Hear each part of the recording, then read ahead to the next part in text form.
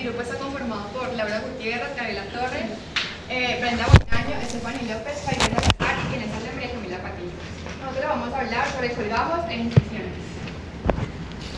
Bueno, el escenario quirúrgico es un conjunto de condiciones, instrumentos y técnicas que permiten realizar un procedimiento quirúrgico en la autoridad oral de manera segura, controlada y con buena visibilidad. Se agrupan en 4 categorías principales, que es el instrumental de exploración, el instrumental de anestesia, el instrumental de diéresis o corte y el instrumental de separación. Bueno, en el instrumental de separación tenemos que es el que permite evaluar los tejidos periodontales, medir las bolsas y detectar las curvas. Es un instrumento milimetrado que se introduce suavemente en el surco gingival para medir la profundidad periodontal. Tenemos la sonda Carolina del Norte, que se usa para medir las bolsas, evaluar la inserción clínica y el diagnóstico periodontal. Tiene marcaciones milimétricas hasta 15 milímetros y pues es esta que se ve aquí. La sonda OMS, que se usa principalmente para evaluaciones epidemiológicas y tamizajes periodontales, tiene una punta esférica de 0,5 milímetros, tiene una banda negra entre los 3,5 y 5,5 milímetros y marcaciones adicionales en 8,5 y 11,5 milímetros. Tenemos la sonda Naver. Yo quiero hacer énfasis allí en esa OMS. Raramente me he encontrado con el dato de que a ustedes les enseñaron a revisar caries con sonda OMS para identificar el índice. ¿Se equivocó? No. Con la de ¿Ah? La de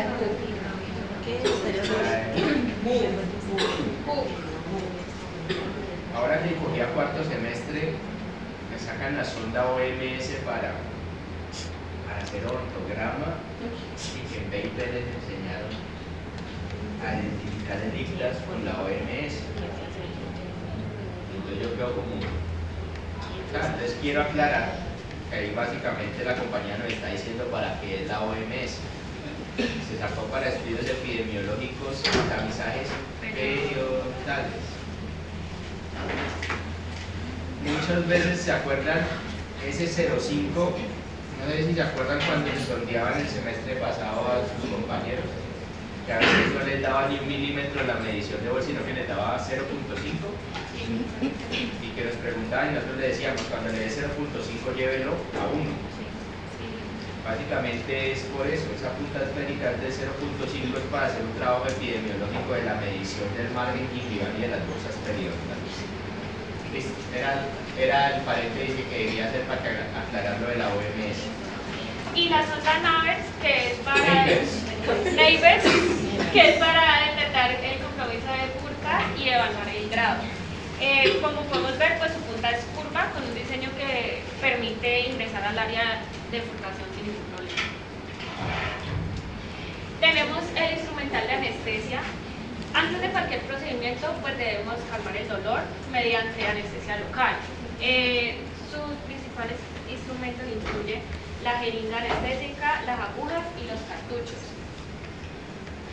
Bueno, tenemos jeringa cálcula aspirante, que es pues la que permite la aspiración previa para antes de inyectar intravascular. Esa utiliza cartuchos anestésicos y es pues metálica y reutilizable. Doctora, ¿sabe por qué aspira antes de inyectar? Para que uno se dé cuenta si está de pronto en un vaso sanguíneo. Esa es la respuesta. Gracias por dársela a sus compañeros. Uno aspira primero para no inyectar el anestésico en un vaso sanguíneo. ¿Ok? Tenemos la jeringa no aspirable, que es la que no permite la aspiración antes de inyectar. Se usa de pronto en procedimientos más simples, aunque actualmente casi no se usa. Y las jeringas desechables, que se usan pues principalmente en medicina general, pero pues no sabemos de pronto en qué momento nos vaya a tocar. ¿La no aspirante es la de la foto? ¿Ah? La no aspirante es la de la No, foto. es que no encontré foto de la no aspirante. Tenemos la aguja corta y la aguja larga. La corta pues mide aproximadamente entre 20 y 25 milímetros. Exactamente 21. Ah, bueno, 21 exactamente. Las que Y se usa en infiltraciones y anestesia perióstica. Y la aguja larga mide aproximadamente 32 milímetros y es usada en bloqueos anestésicos de nervio dorsal y frío. Tenemos anestésico local, que es la sustancia pues, que bloquea la condición nerviosa, como la lidocaína, la cocaína, la mepidocaína y la prilocaína. El vasoconstrictor, que es el que reduce el flujo sanguíneo y hace que el anestésico dure más tiempo, que es la epinefrina, y un conservante que se utiliza para estabilizar el vasoconstrictor, que es el bisulfito de sodio. Tenemos... Permíteme un momento. Me parecen datos muy relevantes. Pues, Porque cuando llegan a la sustentación, acuérdense que todo lo que estamos haciendo es para que ustedes lleguen con conocimiento a las sustentaciones de sus cirugías periodontales. Entonces, cuando nosotros pedimos un protocolo de cirugía, pues especificamos con qué vamos a anestesiar. Y tenemos que entender para qué es cada cosa. Porque se le olvida que existe el vasoconstrictor, entonces, articaína. Y yo decía, ¿la articaína qué es? ¿Y por qué la articaína por encima de la lidocaína? Entonces me dice, por el tiempo de duración. Ah, sí, el tiempo de duración, ¿quién es el que entra a, digamos que a valer en ese sentido? Lo que está diciendo ella, el vasoconstrictor. ¿Y por qué dura más en la lidocaína? Porque en la lidocaína hay más cantidad de vasoconstrictor en el cárpul que lo que viene en la articaína. ¿Ok?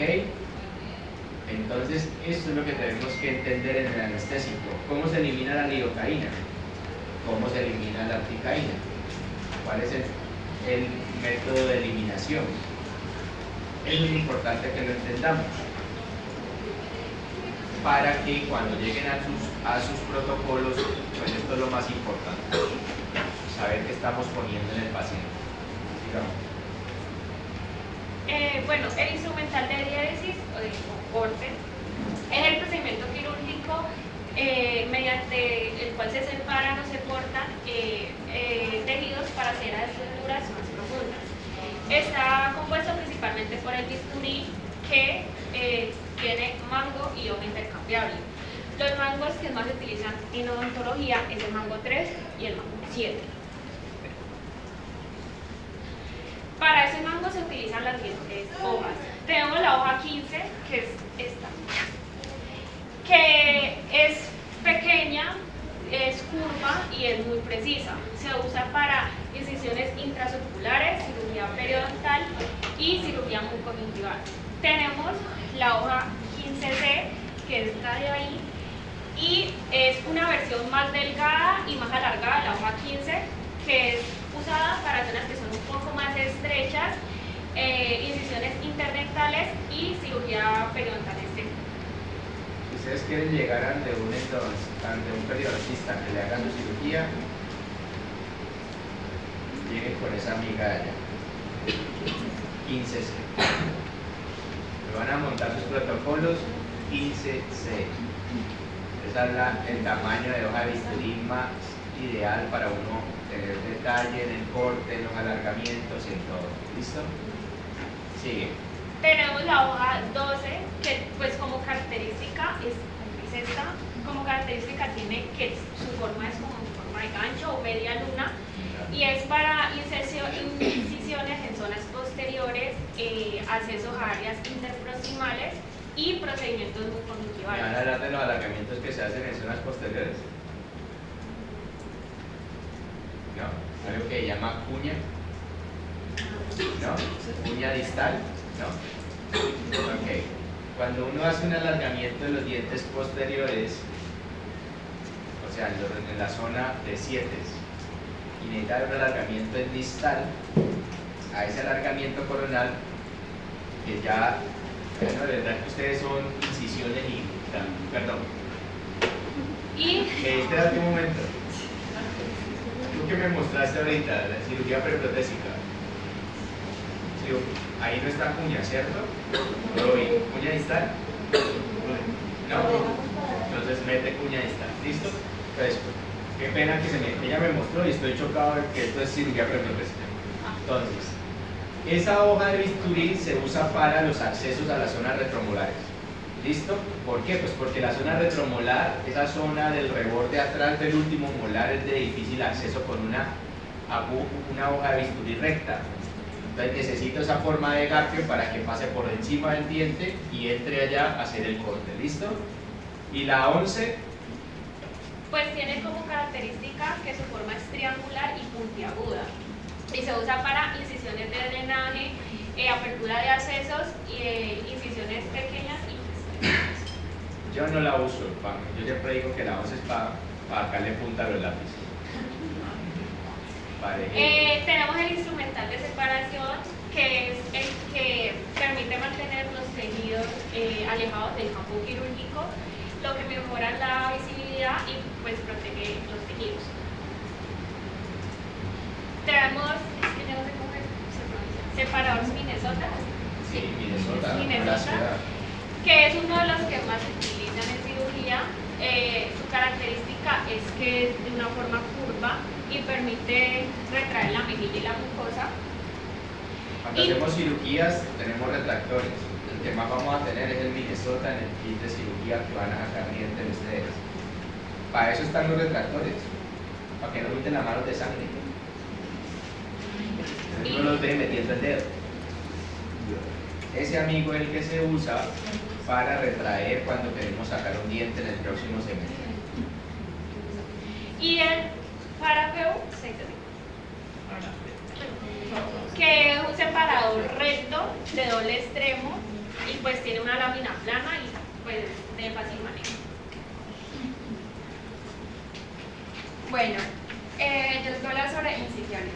Bueno, una incisión es una maniobra mediante la cual procedemos a la apertura de los tejidos de la piel o de las mucosas para llegar a los planos más profundos y llevar a cabo una intervención quirúrgica. Se clasifican en horizontales y en verticales. Pero antes de eso tenemos que saber que hay dos tipos de incisiones, incisiones de espesor parcial e incisiones de espesor total. Las incisiones de espesor parcial son aquellas incisiones que se hacen para colgajos mucosos, es decir, que no llegan al tejido óseo y no perforan el periósteo. Las incisiones de espesor total son aquellas que proporcionan un colgajo mucoperióstico debido a que ellos sí seccionan el periósteo. Las incisiones horizontales están dirigidas a lo largo del margen gingival en sentido mesodistal o distomesial. Sus principales características es que en lo posible restaura la evidencia de herida. El corte debe ser biselado hacia apical, debe acompañar el diseño del área gingival o hacer un pezoneo gingival y se puede hacer en una mucosa alveolar siempre cuando sea necesario. La clasificación, pues las incisiones horizontales se pueden hacer en presencia de dientes o en ausencia de dientes, o sea, en rebordes y edénculos, y son las siguientes. En dientes tenemos la intraclavicular, bisel interno, bisel externo e interdental. Y en rebordes tenemos crestal o paracrestal y la supracrestal, perdón, y la paracrestal. La incisión intraclavicular fue descrita por Newman en 1921, que consiste en ingresar el bisturí en forma paralela al diente y dentro del surco gingival, rompiendo la inserción del epitelio de unión y las fibras del tejido conectivo hasta llegar a la cresta ósea. Y aquí vemos la incisión intraclavicular. Tenemos la incisión axial interno, que fue escrita por el doctor Leonard Whitman en 1914, quien describió también además la técnica de colgajo de Whitman, pero después el doctor Sigmund Ramford la modificó y le colocó colgajo de Whitman modificado, la cual utiliza las tres incisiones básicas, que son la incisión de bisel interno, intraclavicular y interdental, y se utiliza para el tratamiento quirúrgico conservador de la bolsa periodontal. Bueno, ¿cómo se hace esa incisión a bisel interno? Se realiza en una angulación de 45 grados respecto al eje largo del diente de 0,5 o 1 milímetro apical. Apical la encía marginal. En caso pues, de utilizar la técnica de Whitman modificada o de hacer un tratamiento de la bolsa, de una cirugía de alargamiento, se realiza una incisión a los milímetros que se desee alargar la corona. Pero siempre tenemos que dejar un remanente adecuado para pues, evitar un defecto mucogingival. ¿Cuál es el remanente adecuado? ¿Ah? ¿Cuál es el remanente adecuado? O sea, si tú quieres decidir qué cortar de un bisel, Ajá.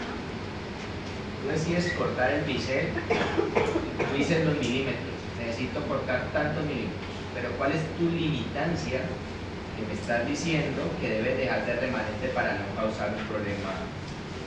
Normalmente es de 0,5 a 1 milímetro. 2 milímetros, ¿de qué? Densidad. Mira la imagen de la gráfica. De la intensidad marginal. Ok. ¿Ves que hay un cambio de color? Sí. Sí. Lo que es más rosado, ¿qué es? Encía adherida. ¿Ok? Y lo más rojo es la mucosa. ¿Qué te están diciendo ahí? Que cuando tú hagas el bisel, por lo menos debes dejar banda de encía queratinizada. ¿Cuánto es lo mínimo? 2 milímetros. Si por ejemplo tú no vas y revisas la banda de encía queratinizada para hacer tu bisel y tú tienes solamente 2 milímetros de banda de encía queratinizada, no puedes hacer bisel. Debes hacer otro tipo de colgado que me vas a hablar más adelante. Bueno, aquí está la incisión a bisel interno, pues la se realiza 0,5 de la encía marginal, la incisión a bisel interno y allá para el alargamiento de coronal estético. La incisión a bisel externo fue descrita por el Dr. Olin Kirtland en 1931, que utilizaba para realizar la técnica de gingivectomía y por eso a él se le dio el nombre del padre de la gingivectomía. Para realizar esta incisión se debe hacer en una angulación de 45 grados de apical a coronal. Aquí está la ubicación del bisturí, una ubicación apical a coronal. Bueno, la incisión va dirigida además supracrestalmente, o sea, por encima de la cresta, hasta llegar a la superficie dental del cemento radicular, con lo cual se logra retirar el epitelio y el tejido conectivo supracrestal. Sin exponer la cresta ósea. Esta incisión debe realizarse de forma pezoneada para mantener la forma de la papila. Una vez se hizo esta incisión, se procede a retirar el tejido por medio de una cureta, que es lo que habíamos hablado la vez pasada, que como tal la cureta no es tan necesaria para como tal las incisiones, pero aquí sí se puede utilizar para quitar el... Para eso usamos la cureta, Para porque hacemos el bisel, sea externo o interno, cuando se vuelve de una imagen. Otra. Cuando queda ese tejido que están cortando en la tercera imagen, ese tejido que es el que se va a extirpar o se va a quitar, ese tejido lo retiramos con la cureta. ¿Listo? Es para eso que se usa cuando queremos hacerlo para gingivectomía o alargamiento coronal. Sigamos.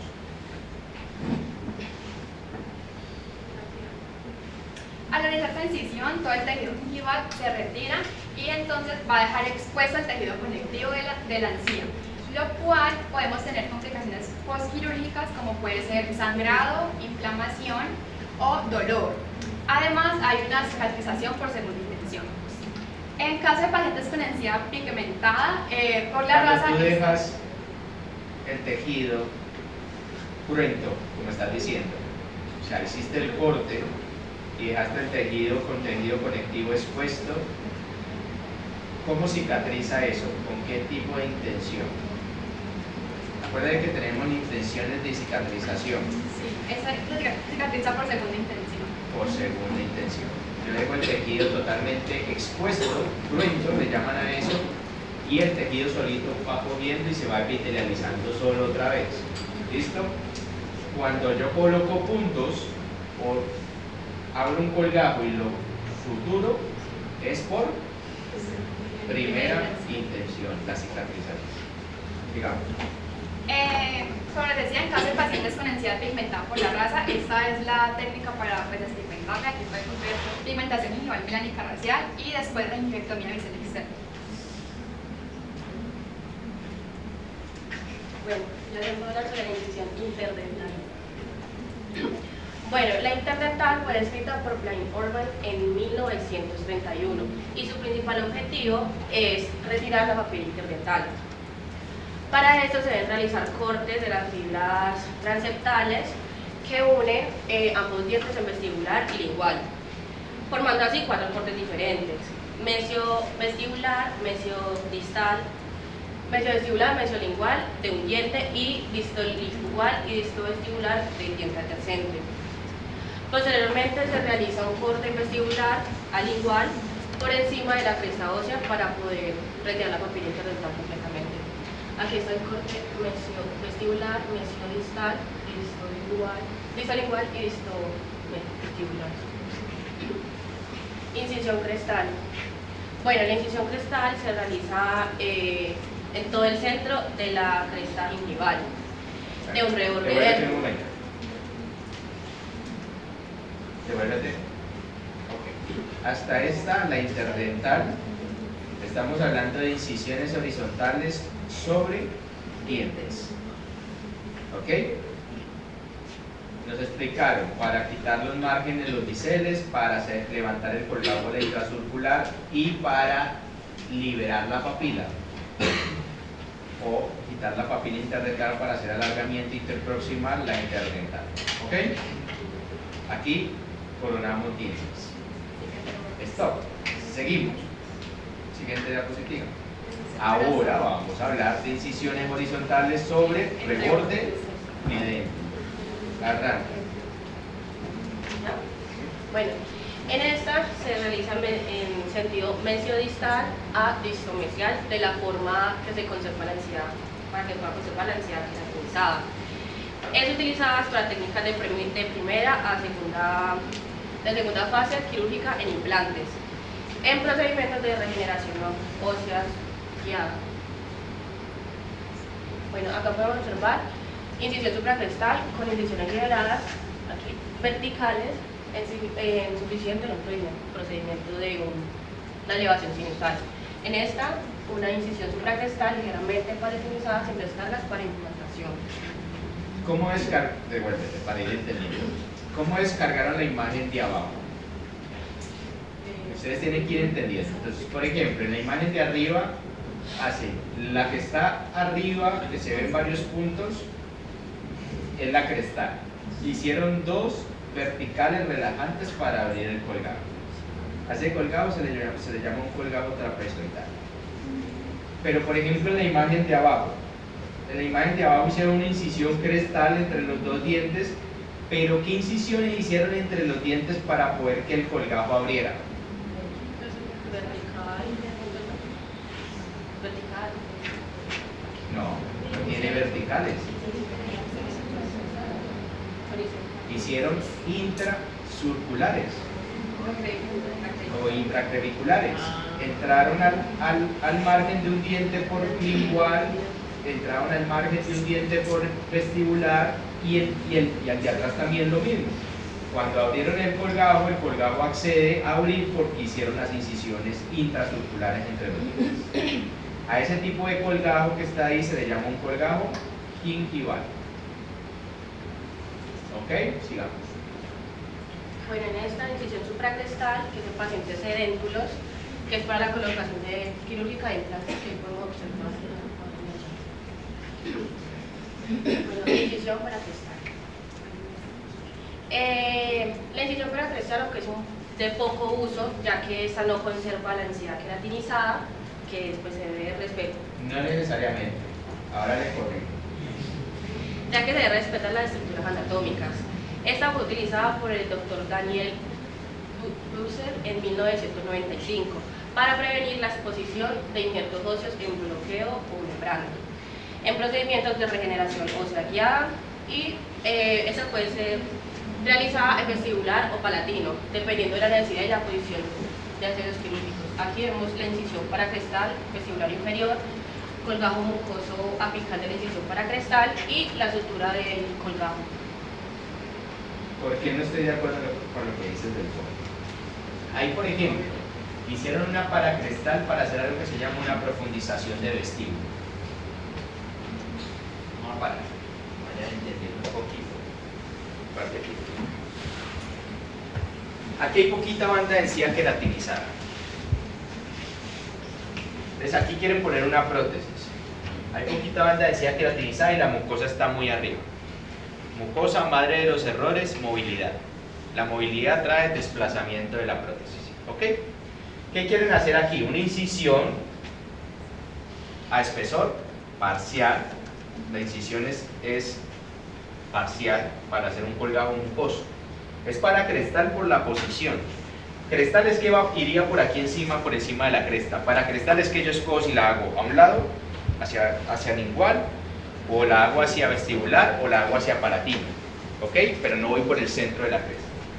Entonces aquí lo que estoy haciendo es liberar la mucosa a nivel de la mucosa para que esto quede cruento. Eso se llama una profundización de vestíbulo y esto se queratinice por segunda intención. Pero ¿por qué digo que no siempre? Porque yo puedo tomar otra decisión.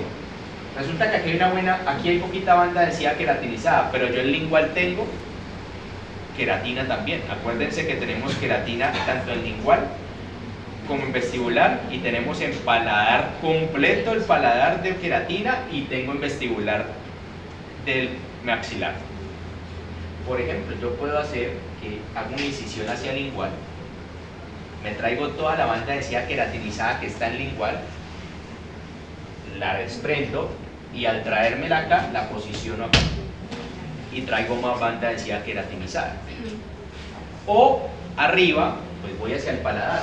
Si yo quiero tener más queratina hacia vestibular, que es donde más se pierde, no hago la incisión crestal, sino que la tiro un poquito hacia palatino y me traigo toda esa queratina que hay en el paladar. Entonces, no siempre está, o sea, la contraindicación que uno va a tener menos queratina por eso. Sigamos. Bueno, incisiones verticales. Las incisiones verticales también se llaman incisiones Devuélvete a la liberadoras. foto. Yo veo una cosa. Ese es el vivo ejemplo de cómo no se debe hacer una incisión vertical. ¿Listo? Sigue. ¿Pero por qué, profe? Usted me va a contestar, con lo que me va a contestar las indicaciones y se va a contestar el porqué. Bueno, también llaman incisiones liberadoras, relajantes u oblicuas. Se pueden realizar en mesial o en distal o también en las dos, dependiendo de la incisión horizontal y de la técnica quirúrgica que deseen realizar. Bueno, creo que ya sé por qué. Las características principales son: se debe realizar en un ángulo de línea dental, evitando el centro del diente para no atrofiar la papila interdental, ni en el centro de la cara vestibular para no generar una retracción gingival. ¿Cuál es el proceso? Sigue, termine. Deben realizarse divergentes hacia apical para no comprometer la irrigación del colgajo. Ajá. Y se deben hacer un festoneado de la encía marginal. Devuelva la foto. En vez de hacerla distalizada, Ajá. uno la hace a base de papila. Digamos que no la hicieron en el centro de diente, que es lo contraindicado, hay que hacerlo a la base de la papila. Este es el triángulo de la papila, donde termina uno de los triángulos, ahí sale la incisión. Pero el error de esta incisión es que la tiran hacia el igual y el colgajo está acá. Entonces, ¿qué pasa? Cuando yo la tiro así, la base de mi colgajo es más angosta que lo que estoy abriendo acá. Cuando esto es más angosto, la irrigación disminuye. Y cuando esto es más angosto, tengo más riesgo de que al yo manipularlo, se rasgue. Entonces, siempre la base de mis colgajos tienen que ir con la base más amplia. O sea, tiene que ir que lo que abra llegue más angosto que lo que está agarrado acá arriba. ¿Listo? Por eso es un error ese colgajo. Bueno, aquí vemos que correcta en el ángulo de línea dental, no se puede hacer, como dice acá, incorrecto en el centro del diente e incorrecto en el centro de la papila. O sea, ahí está el ejemplo, sí, hacia distal desde la base de la papila. Bueno, las áreas de peligro son el agujero mentoniano, el agujero nasopalatino, el agujero palatino posterior, los frenillos y las intenciones musculares. Me encanta, stop. Vamos a entender un poquito de anatomía.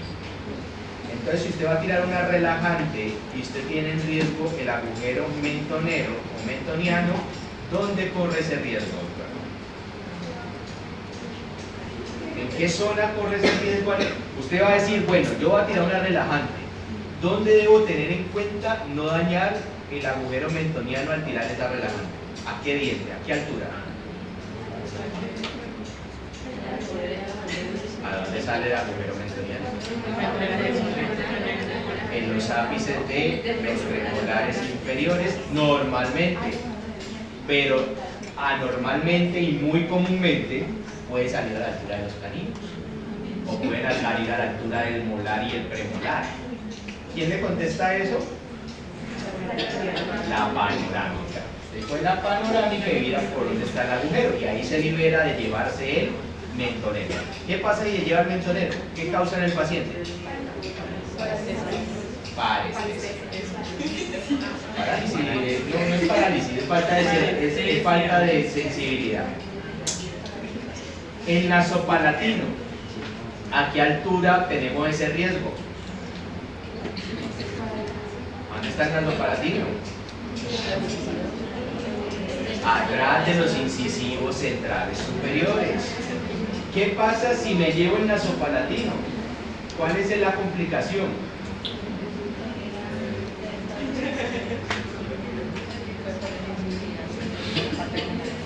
¿Hay parestesia? Sí. No, porque por ahí sale un paquete vascular. El riesgo es cuando usted toca el palatino, sangra demasiado el paciente. Riesgo hemorrágico.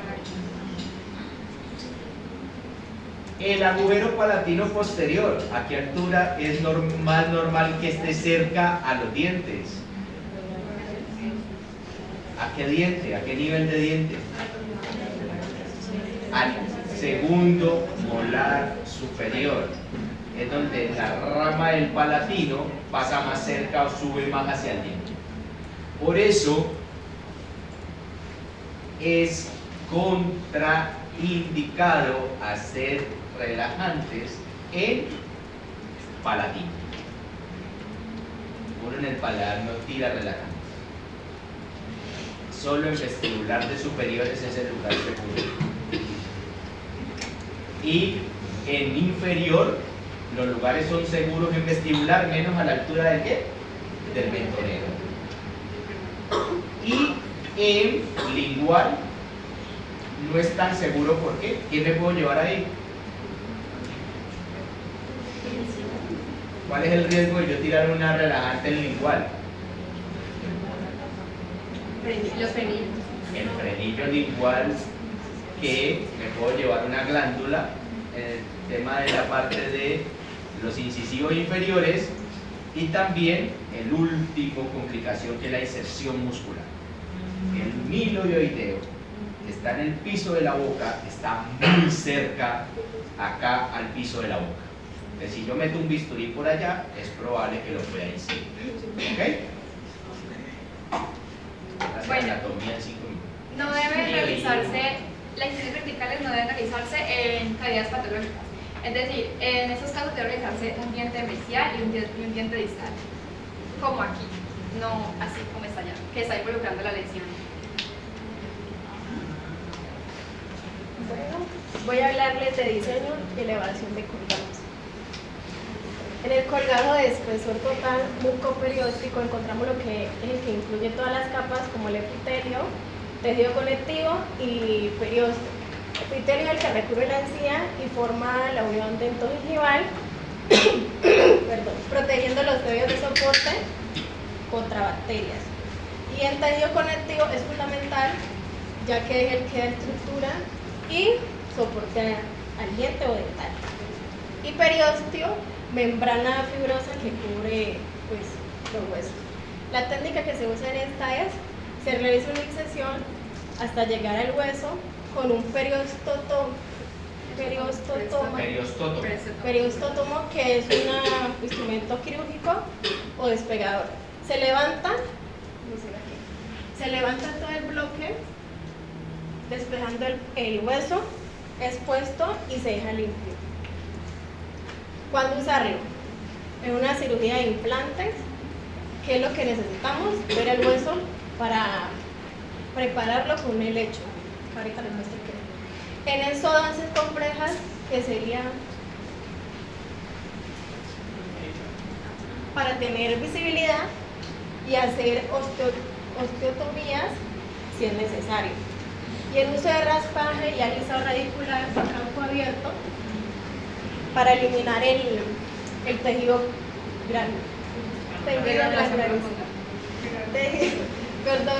granulación profundo.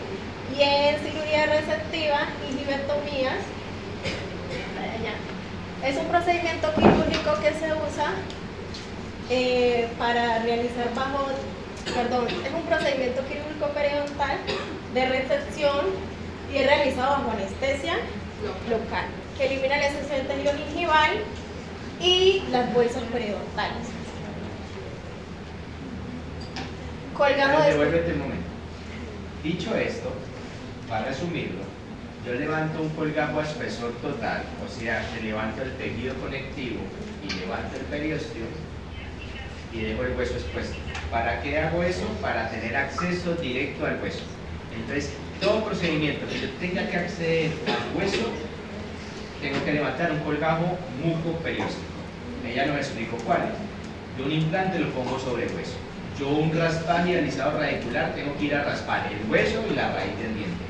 Yo un alargamiento coronal, no tanto la gingivectomía, sino el alargamiento coronal, tengo que ir a quitar un tejido blando para hacer osteotomía, para quitar hueso alrededor del diente. Cuando tengo que hacer una cirugía complicada de exodoncias, tengo que ir a hacer recortes del diente o recortes de hueso para sacar el diente. ¿Ok? Esto nos debe quedar claro, que cuando queramos hacer un protocolo de cirugía el próximo semestre, tenemos que hablar que tenemos que hacer colgajos mucoperiósticos porque necesitamos acceder a sacar el diente. Sigamos. Bueno, colgajo de espesor parcial mucoso. Es una disección más delicada, pero solo incluye epitelio y una parte del tejido conectivo, que ya les dije que es cada uno. Y dejando el periósteo adherido al hueso. Su técnica es con un bisturí o tijera fina, que lo que va a hacer es separar la encía del periósteo y queda como una capa brillante que recubre el hueso. Bueno, no se ve bien brillante como acá. Pero queda brillante. ¿Cuándo usarlo? En una cirugía plástica periodontal. Es fundamental para injertos del tejido blando al dejar que el periósteo creamos un lecho, que es esto que les decía, receptor vascularizado, que nutrirá el injerto, o sea, la herida, en una cobertura radicular, que lo usamos para deslizar el colgado sin tensión y preservar el aporte sanguíneo.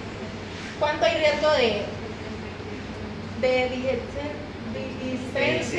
discencia? El periósteo lo que hace es proteger al hueso de necrosis y reabsorción. Ok, estamos. Entonces, cuando yo levanto un colgajo a espesor total, yo simplemente levanto el colgajo, accedo a lo que tenga que quitar, poner de hueso, regularizar de hueso y vuelve el colgajo a la misma posición. ¿Qué quiere decir eso? Que cuando yo abro un colgajo a espesor total, yo lo vuelvo y lo reposiciono. ¿Qué es reposicionar? Que yo lo vuelvo y lo pongo del lugar de donde lo abrí. Cuando yo quiero hacer cirugía mucogingivales, que son como las que nos muestra ella en la foto, que son para tapar recesiones, para ganar banda de seda queratinizada, para eso yo necesito movilidad de mi colgajo. Y cuando yo levanto el periósteo, mi colgajo no tiene movilidad. La única movilidad que tiene es abrir y cerrar. Cuando yo quiero que mi colgajo se desplace, yo necesito hacer un colgajo mucoso, dejar el periósteo puesto ahí y hacer incisión en la mitad del tejido conectivo. ¿Para qué? Para que mi colgajo vaya hacia arriba, que se llama colgajo desplazado coronal, o vaya hacia abajo, que se llama desplazado colgajo apical, o que vaya para el lado, que se llama colgajo desplazado lateral. Esas son los diferentes tipos de colgajo que yo hago para tapar recesiones o para hacer cirugía plástica periodontal, como lo dice ella. Sigamos. Diseños incisionales comunes. Tenemos lo que es colgajo envolvente, que su diseño es solo a nivel del surco, que rodea el diente sin cortes verticales de descarga. Su forma es, se levanta la encía como si se levantara un solapo de un sobre, que es como lo que hacemos es aquí y se levanta, que es lo que decía el profesor, que hacia Básicamente arriba lo que está haciendo allí es un bolsillo dentro del margen. Esas dos cosas naranjas que están allí no son incisiones, son simplemente cómo va entrando el instrumental por dentro del tejido y va haciendo como ese sobre sin levantar el tejido, o sea, sin levantar las papilas y sin ver o sin exponer el hueso ni el tejido conectivo. Esta solapa, digamos que en traducción, nosotros la conocemos más como un sobre, una técnica de sobre, o una técnica de túnel, tunelizar, hacer como un espacio entre el margen gingival y el tejido conectivo. Digamos. En colgajo triangular de dos incisiones y trapezoidal de 3 incisiones. En el triangular encontramos lo que es incisión sulcular más una incisión vertical, generalmente hacia distal del diente vecino. Sería aquí. Y el diente vecino sería el incisivo central. Trapezoidal se hace incisión sulcular más 2 incisiones verticales divergentes. Lo que hace es la base del colgajo sea más ancha y el borde libre. O sea, ¿qué pasa ahí? Cuando ustedes estén en cirugía, sea crestal o sea, y les estén diciendo, hágame un colgajo triangular. Entonces, va a las incisiones horizontales y simplemente hago una relajante. Una de esas que se ven así, pues hago una, sea hacia distal, sea hacia mesial. Normalmente la tiramos hacia distal por la estética. Pues simplemente hago las incisiones horizontales y tiro una relajante. A eso se le llama un colgajo triangular. Si yo quiero más acceso y quiero hacer esta, y veo que esta no me da suficiente acceso, y voy y tiro esta, se vuelve trapezoidal. Cuando tengo 2 relajantes a los lados, como se ve allá en la segunda imagen, tengo 2 relajantes a los lados y tengo la horizontal que va entre los dientes o que vaya sobre un reborde que dentro. y en la tercera es lo que no podemos hacer, que es hacer de manera... Fue la imagen que nos mostró Camila. Ella sí la hace empezar. de manera recta. Bueno, yo les voy a hablar sobre los colgajos específicos. Uno de ellos es el colgajo de Whitman modificado, como ya lo habló mi compañera. Se utiliza para la terapia periodontal, para tratar la enfermedad más avanzada. Se eliminan los tejidos afectados y la producción de las bolsas. Y esto sirve pues para mejorar la higiene y promover la cicatrización. Su procedimiento se realiza bajo anestesia local, comenzando con una incisión en las encías, como ya lo habló mi compañera, una bisil interno, intrasurcular e intradental, y esta se realiza un raspado y alisado radicular y se posiciona pues el tejido en su posición pues normal. El siguiente es el colgajo de reposición apical. Este consiste en desplazar la encía hacia la posición pues más apical para eliminar las bolsas periodontales. Su procedimiento sería, es un procedimiento quirúrgico donde se eleva pues el colgajo mucoperióstico y se realiza un desbriamiento radicular y el tejido gingival se sutura en posición pues más apical para eliminar las bolsas. Solamente hay una corrección en ese nombre. No dice reposición, sino posición apical. Pero cuando tú hablas de reposición, que tú quieres reposicionar un colgajo, es que lo vas a volver a poner en el mismo lugar que lo quitaste.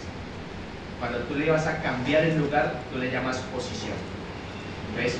Colgajo de posición apical o colgajo posicionado apical. Si lo vas a llevar para otro lado, le das el nombre que va para el otro lado.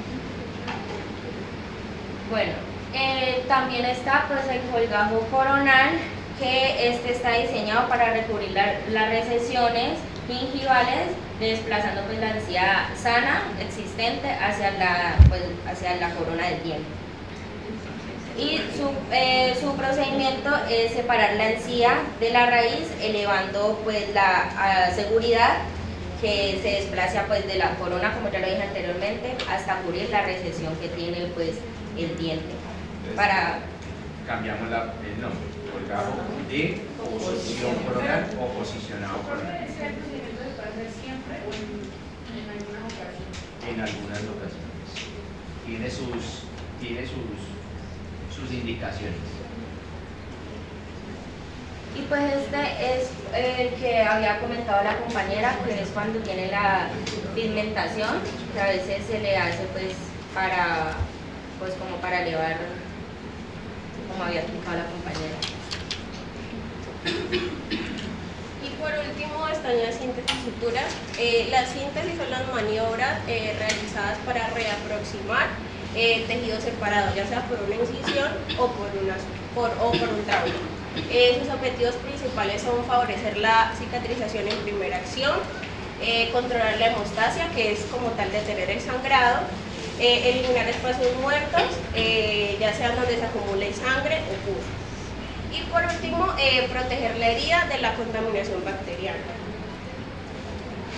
Estos se clasifican por su origen y por su estructura física. En su origen tenemos los naturales, que un claro ejemplo de este sería la seda. La seda es de muy fácil manejo, pero sirve como mecha, o sea, absorbe demasiadas bacterias. Pregunta de kinder que siempre hago todo el mes. ¿De dónde obtiene usted la seda? ¿Y por qué es natural?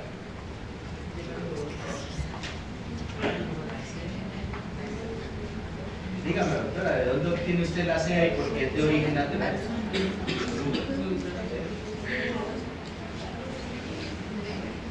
¿De qué, doctor? De gusano ¿De gusano? Eso me lo enseñaron en kinder, el gusano de seda. Por eso es de origen natural. Usted va a ir a coger de un animal y la procesa y se vuelve seda. ¿Listo?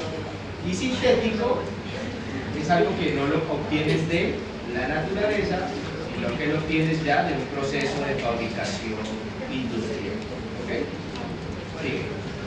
Los sintéticos, que podría ser el nylon, el filopropileno, el PTF, que vendría siendo el teflón, y estos son mucho más limpios, ya que no acumulan bacterias ni causan inflamación. Se dividen en dos: multifilamentosos. Estos contienen varias hebras trenzadas, son mucho más manejables y con un nudo mucho más seguro. Y los monofilamentos, que un claro ejemplo de esto sería el nylon y el PTF, estos contienen una sola hebra, generan menos fricción y no retienen bacterias. Se clasifican en dos: no reabsorbibles y reabsorbibles. Los no reabsorbibles son los que son degradados por el organismo. Un claro ejemplo de eso son la seda, el nylon y el PTF. Estos se usan para el cierre de la piel y de la mucosa oral. El retiro de estos puede ser de 7 a 10 días. Y los reabsorbibles... Hasta 14 días es el límite en algunos procedimientos. Okay. Y los reabsorbibles son degradadas por proteólisis, o sea, naturalmente, o hidrólisis sintéticamente. Un claro ejemplo de este es el Biacril, y Bicril, y este es ideal para cirugías internas donde no se puede entrar a retirar los puntos. Gracias por decir. Stop. Ella lo está diciendo. Los reabsorbibles son degradados por el organismo. Entonces, si usted va a hacer una sutura y usted va a quitar, o que necesita que ella esté agarrando por varios días algo, y usted tiene acceso a quitarlo, use no reabsorbibles. ¿Por qué? Porque los reabsorbibles empiezan el proceso de degradación desde el día 1. Entonces, al tener esa degradación y a usted querer que su colgajo esté agarrado, empieza a aflojarse su colgajo. Entonces, lo reabsorbible se usó, ella lo está diciendo, para procedimientos quirúrgicos donde yo no voy a poder quitar la sutura, o sea, tengo que dejar la sutura adentro de lo que puse, una regeneración ósea, puse una membrana allá adentro, puse lo que quise y yo no puedo entrar a romper para ir a quitar eso. Entonces, para eso se usan los reabsorbibles. ¿Por qué? Porque llegan aquí con sutura reabsorbible porque no saben, se les olvida esta clase y no saben escoger y les meten cualquier cosa porque les dijeron que eso es lo que están buscando. Sigue. Les puedo explicar sobre las agujas y los calibres. Los tipos de punta que se usan convencionalmente es la punta cilíndrica, esta no corta, esta solo se desliza y es ideal para tejidos blandos, ya sea mucosa alveolar. Y la punta cortante, esta es triangular, esta sí tiene filos y se usa para la encía, ya que es un tejido más duro y firme. Y los calibres o el grosor, estos tienen una regla como tal, que a mayor número de ceros es menor el diámetro del hilo. El 4-0 es el estándar, es ideal para extracciones comunes, y el 6-0 es el más delgado y se usa en la estética periodontal para que no quede una cicatriz. Suturar con 6-0 a ojo es muy difícil.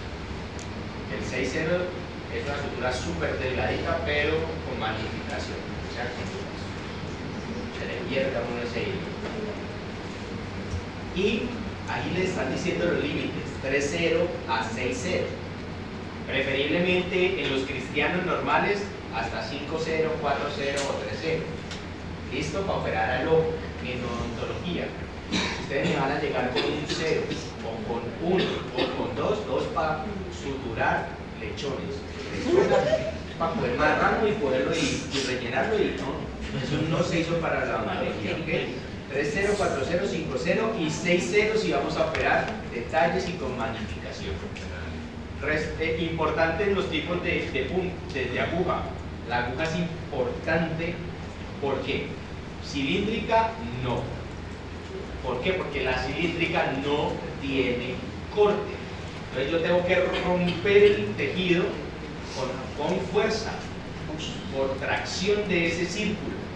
Y mis tejidos orales son muy delicados y muy pequeños para yo romper eso. Entonces para mí, cilíndrica nunca uso.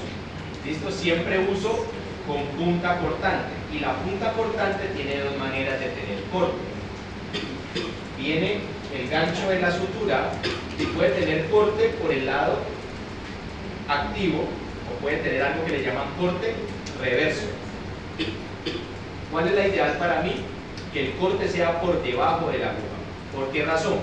Si yo cojo el tejido y yo tengo algo que tiene filo por arriba y yo entro siempre así, ese filo me puede rasgar más fácilmente mi tejido porque tiene filo. En cambio, si yo tengo el filo por abajo, el filo hace que yo atraviese más fácil mi tejido, pero no tengo el riesgo que con un movimiento ese filo que tiene arriba me rasgue el tejido.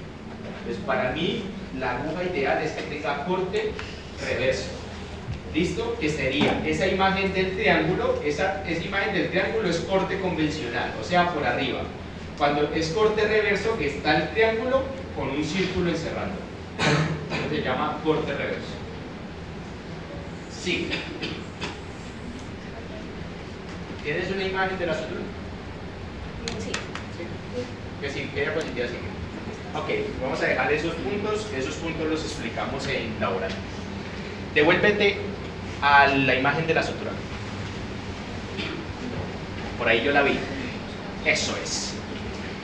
Chicos, cuando ustedes presenten sus protocolos y uno les diga, tráigame un nylon 5-0, 3-0, con aguja de 25 milímetros, que es una aguja muy grande para odontología, que sea no reabsorbible. Entonces ustedes van a me da un nylon y cuando llegan con un brick grill. Es que doctor me lo vendieron como nylon. Y yo sí, pues no aprender mi clase. Cuando usted coge una sutura, la sutura viene expuesto esto para que usted lea. Le pedí un nylon, dice nylon. ¿Ok? Le dice que es no reabsorbible. Le dice que es 3.0. Le dice que la aguja es cortante, mire el triángulo. Y le dice que la aguja mide 25 milímetros. Si yo le pido una aguja de 12, ahí debe decir 12. Si yo le pido una aguja de 16, ahí debe decir 16. Si yo le digo que la aguja sea de 3/8 o sea de media luna, aquí lo dice, una aguja de forma de 3/8. Entonces, es el colmo que me lleguen a la cirugía porque es que me dijeron que eso era. Todo está allí. Clase del 25 de marzo del 2026. Que no tengan excusa de llegar con cualquier sutura. Ya, y les dicen si es un monofilamento o si es un multifilamento. Devuélvete a esto. Entonces, esta es la respuesta de Cornell. No causan, les voy a dar la respuesta porque a mí no me gusta la cera. Y a los cirujanos sí les gusta la cera. Y les voy a contestar por qué. Esta clase lo dice. Sintéticos, que es por ejemplo el nylon, los sintéticos, no los naturales. Entonces, los naturales dicen que son más propensos a que haya una reacción inflamatoria del tejido. Yo como periodoncista no quiero que mis tejidos tengan reacciones más inflamatorias de las que pueden tener. Sintéticos, menos inflamación. Okay. Acumula mucha placa bacteriana. ¿Por qué? Porque es un multifilamento. Hacer un multifilamento es como cuando ustedes les cogen la amiga o el amigo, no sé, y le empieza a hacer la trencita. Eso es una seda. La unión de varios hilos. Cuando eso entra con contacto en saliva, eso usted lo pone negro y a los 8 días llega blanco de lo que recogió de placa. ¿Por qué? Porque es un multifilamento. Eso se empieza a expandir con la saliva y eso entre placa. Esto es un monofilamento. El nylon es un monofilamento. Hacer un monofilamento es un solo hilo que la placa se desliza por allí. ¿Ok? Menos fricción, no retiene bacterias, tiene memoria. Ventaja y desventaja. La desventaja que ustedes llegan, bien caraduras, es que esto es más caro que esto. Y la diferencia de presión, 3.000 pesos. Chichipata. Son 3.000 pesos. Una sutura, una seda buena vale 5.000 pesos. 5.700. Y un dafilon vale 8.000. 8.500. Y esa es la excusa. ¿Ok? Ahí está la respuesta porque soy más amante de la sutura así. Y vamos con las técnicas de sutura. Y con el programa, está esperando lo otro. Muy bien, chicas. Las felicito. Muy buen seminario.